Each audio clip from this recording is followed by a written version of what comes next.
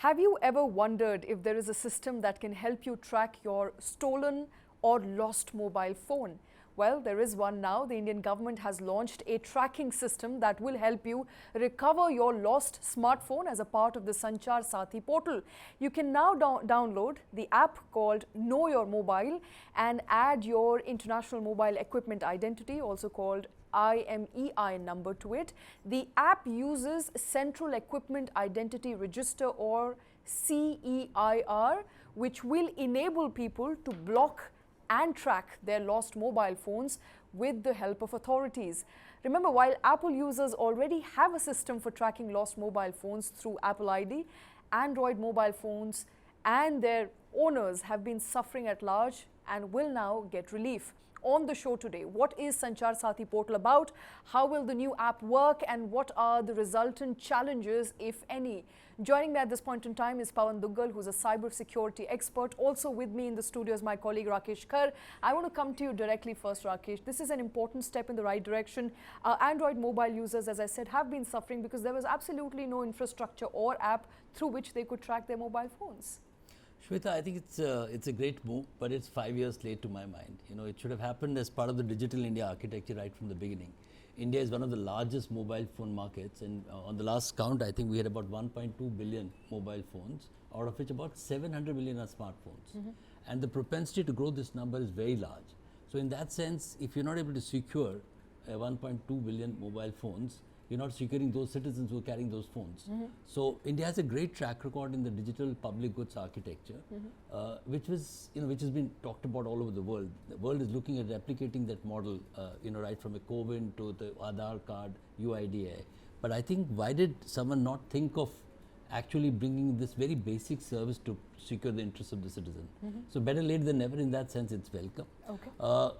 How does it pan out is something, again, that is not going to be easy, because we have seen that fraudsters have always found ways. They're one step ahead of the curve in this case, if I can borrow a phrase from the world of business, and they're able to misuse it.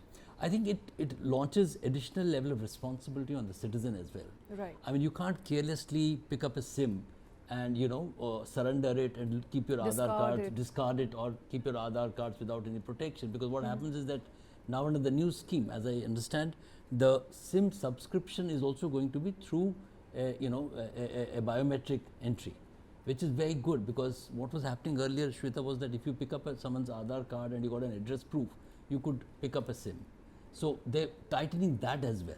So at various levels, this particular portal is talking about making life of the citizen better. Okay. And if we are able to reduce the crime rate regarding this entire ecosystem by even 10% in the next couple of years, it's going to make life easier. Absolutely. And governance index, when it comes to the digital infrastructure, is going to look much better. But easier said than done. Absolutely. Easier said than done. Also, it's important to mention that as a part of making sure that, data remains safe, people's mobile phones are safer, they're not cloned easily. Government has also mandated that IMEI number, which is essentially at the back of your smartphones or on the box while you're purchasing it, should also be registered at the seller's end and then can be shared by the network operator, so that they can easily mix those two information, so they can marry those two information and track your mobile phone and track your devices. Also ensure there is no misuse, and that is where, Rakesh, I think it's important to understand that it's not just consumers who are suffering at large, because mobile phones are stolen in large numbers. Recently, Karnataka government, I'm told, was able to retrieve as much as 2,500 smartphones, gave it back to people, but that doesn't happen in this country so easily. Absolutely. In fact, I'm told that this portal has already done some good breakthroughs. These are early numbers, but the capability to bring about a dramatic change in life of people who are using the mobile phone. Let's remember that mobile phone is your next best companion. So in that sense, it's replaced, as they say in a lighter vein, it's replaced your spouse in that sense. You spend more time with a mobile phone. Especially if you're a journalist. I don't know, across the board, because yes, it's so empowering. That is correct. At one level, it's so empowering. At the simultaneously, it's also a big challenge if your entire data is, moves out. We've been talking about, credit card to cashless economy. Now it's like just a swipe. And what are you doing it with the mobile phone? You scan and do digital transactions when it comes to hard money using your mobile phone. That is correct. So if that is not secure, how do you actually move, to an environment where, we have a greater digital economy being optimized. So this entire talk of digital economy driving the India economic growth story can fall flat if it is riddled with gaps when it comes to gangsters, scamsters, cyber crimes, making their headroom into this. Okay. So I'm actually happy it's happened, but it's actually been very late. They should have brought these changes right at the inception. Because the numbers are phenomenal. I mean, 600 million smartphones is the size of some few countries. Medium-sized countries, and 1.2 billion phones. And I think there is need to also bring about, I don't know whether you remember, maybe a few years ago when Nokia was the #1 player in this country, they had brought about this inbuilt system of phone replacement with a capability to destroy that phone. They had these destroyal kiosks at their stores. Right. So what do you do with your old phones? What happens? Like they have scrappage policy for cars. All those are important tenets of the new security for mobile phone safety. And I was about to come to that, because we do not have a mechanism through which you discard your phones just as yet. There is no official way. People often hand it down to the next best person they can find, but you remain the sole owner of the phone that you've handed down. And if in case then it's misutilized or misused, there is absolutely no way of tracking it back to who it belongs to. Shweta, there's an interesting trend there. What has happened is that earlier, if a phone is not working and you have an aspiration to buy another phone, you would just store it and dump it. Now, the new startups have come in. What they're doing is that they're giving you some value for it if it's not very old. So the incentive to get a good price at times makes citizens less responsible in actually noting down the IMEI number transfer. Like in case of cars, you remember what used to happen. Please ensure that when you're selling your car, that the RC gets changed. You remember that? That is true. That's RC, true. No. People just sold cars at a higher price. Same is happening with mobile phones, to my mind, because there's no, so to say, mandated law when it comes to looking at you're getting a good price from XYZ startup. There are a lot of new players in this space, and you want to use that money to buy a next best phone. And doing so, you're not paying as much attention to see whether the guy who's taking your phone is taking the right IMEI. Suppose one number mistake here, and the incorrect number is misused, and your number shows up. So in that sense, it's an entire ecosystem which needs to be addressed. Okay. This is just the first step. So mobile phones, when they are available in such large number, they play such a huge role in your day-to-day schedule. And what happens to them? What is the afterlife of mobile phones? These are also... So there's no clarity on the that. afterlife of mobile phones. We do not have Pavan Duggal just as yet. So it doesn't matter. I'm going to come to you with another very important question that comes to my mind. So it's not just about your data that's misused. It's also that you are scammed, and that happens very, very frequently, because we've discussed this over the course of last many months.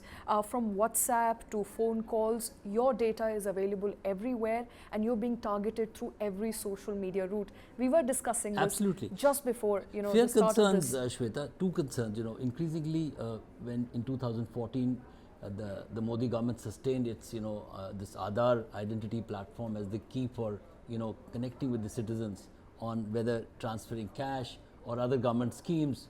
All of them, Aadhaar became the instrument. So security concerns were raised, and some of them, fair enough. And now with this portal, also some people might have genuine concerns. But let's remember that, our mobile phone and our digital avatar is available to so many platforms who don't even have servers here.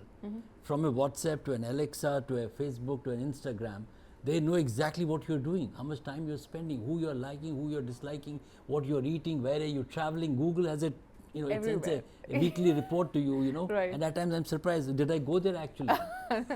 So concerns are fine, but undue concerns are not fine. Right. Because you opened up yourself and your entire profile, the digital profile, which is the bigger profile than your actual profile. That is so you do a lot of things on your phone to a whole set of operators who you have no idea what they're doing with it. Right. So even if the government has the data, which I think you can't do away with in the current environment that we live in, any country needs that access. The government owes an explanation to the citizen that what are you doing with data? Are you using it, for creating the right digital economy infrastructure, or you're misusing it, as some activists have been raising the charge.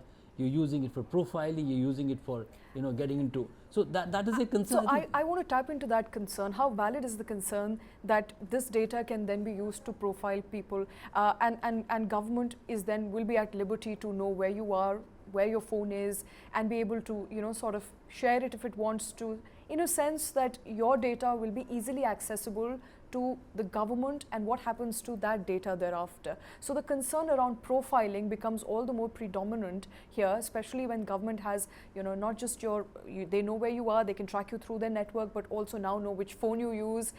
So literally all information available at their disposal. So government is one instrument. As I said, all the social media platforms have far greater access to who you are and what you're doing. So anyone who is using this has to use it responsibly, whether it is Alexa, or it is Facebook, or it is the government of the day. And you don't know what the respective governments are doing with WhatsApp data. One is WhatsApp, what is it doing with our data? Second is, what is government doing with that data, because they're sharing the servers there.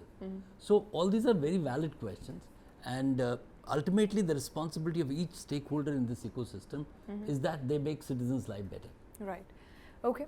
And believe me, if someone is doing something wrong, which is also the case, we have terrorism as a global spectre, and India is one of the biggest victims of terror, and we have had case history of internet connections being used in the Mumbai terror attack. David Headley, we remember that he used someone else's internet connection in nearby residential society, hacked the ISP, and then he was using that, and the poor guy got so to say had to face some difficult time.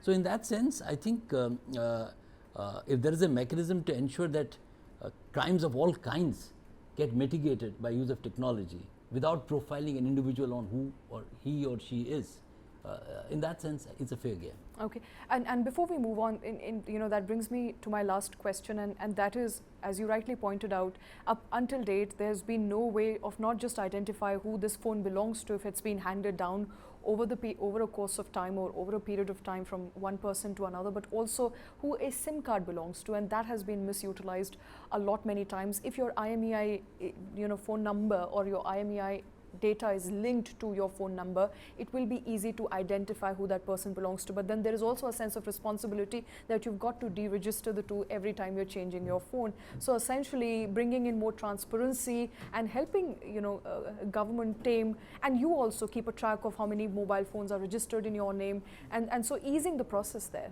Absolutely. I think in that sense, when you go to a store and now he asks for extra security measures, you may get irked in the beginning, but ultimately it's all for the safety of the consumer. So I think people should cooperate, and when you take a new SIM, and if there are additional security steps, like on Gmail, they keep asking every 3-4 months that you want to update your number, is this the right way? There is a two-way security system. So as many layers of security as possible for citizen safety, and if there is any misuse, for the national safety. Okay. Pavan Duggal is joining us. Okay, wonderful.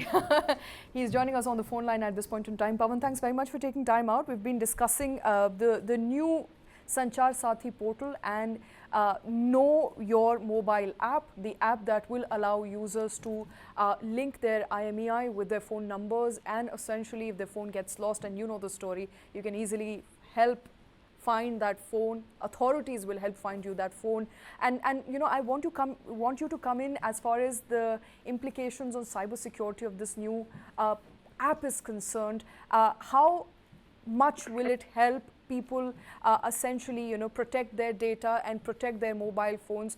How do you read these developments? Rakesh said that this was long time coming, should have happened about 5 years ago, but never too late.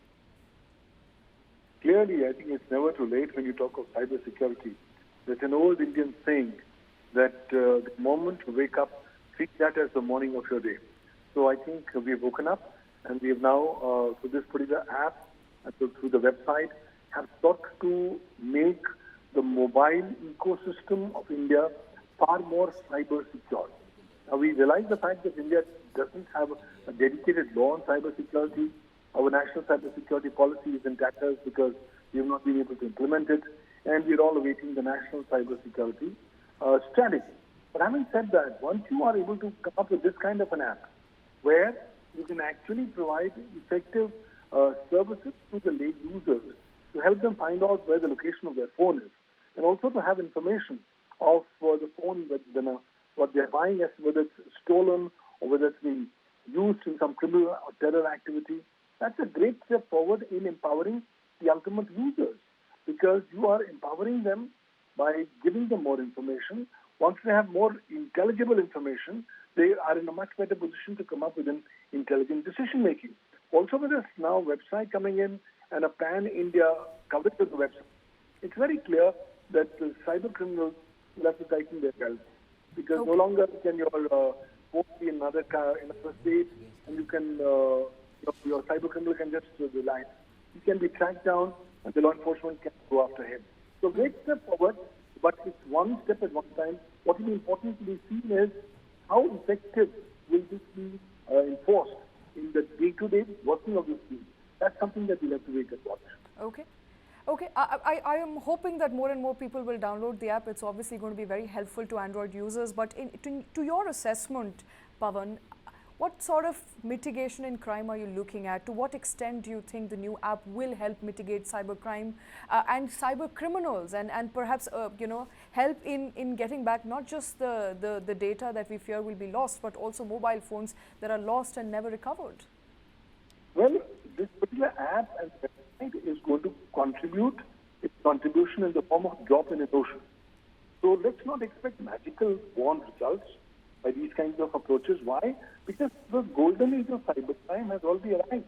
Cyber criminals are laughing all the way to the bank with the increased online financial fraud, phishing, and identity thefts being constantly happening. These kinds of mechanisms are only one way to plug the loopholes. There are many other loopholes available in the system, and the cyber criminals would be more than happy to keep on exploiting those loopholes which have still not been plugged. So while it's a great step forward, don't expect that by doing this step, cybercrime will come to a zero, or we will enter into a utopian peace society. That's not going to happen. On the contrary, the criminals are now going to find out ways on how they can bypass the kind of efficacy of the services that are provided by the app or by the website. So I think we need to do far more than just coming up with this. We need to strengthen our legislation. We need to effectively enforce our laws, and ultimately, we need to keep our users far more empowered by making them far more aware. So once we are able to enhance capacity building amongst the users, that could be another good starting point in the fight against cybercrime. I think cybercrime is not going anywhere. With each passing day, it's getting constantly worse. What these mechanisms and these processes are indicating is that the government is slowly waking up to the need to effectively fight the menace of cybercrime. But please understand, cyber criminals are 10 steps ahead of law enforcement agencies, and they will continue to keep on coming up with new innovative mechanisms to come up with a new innovative cyber criminal design. Absolutely. So let's look at what's happening. Right. And in fact, that is something we've been discussing here. Cyber crimes will keep up, will continue to come up with new innovative ways to do what they do best, but a positive step in the right direction. Pavan Duggal, thanks very much for your time on that story.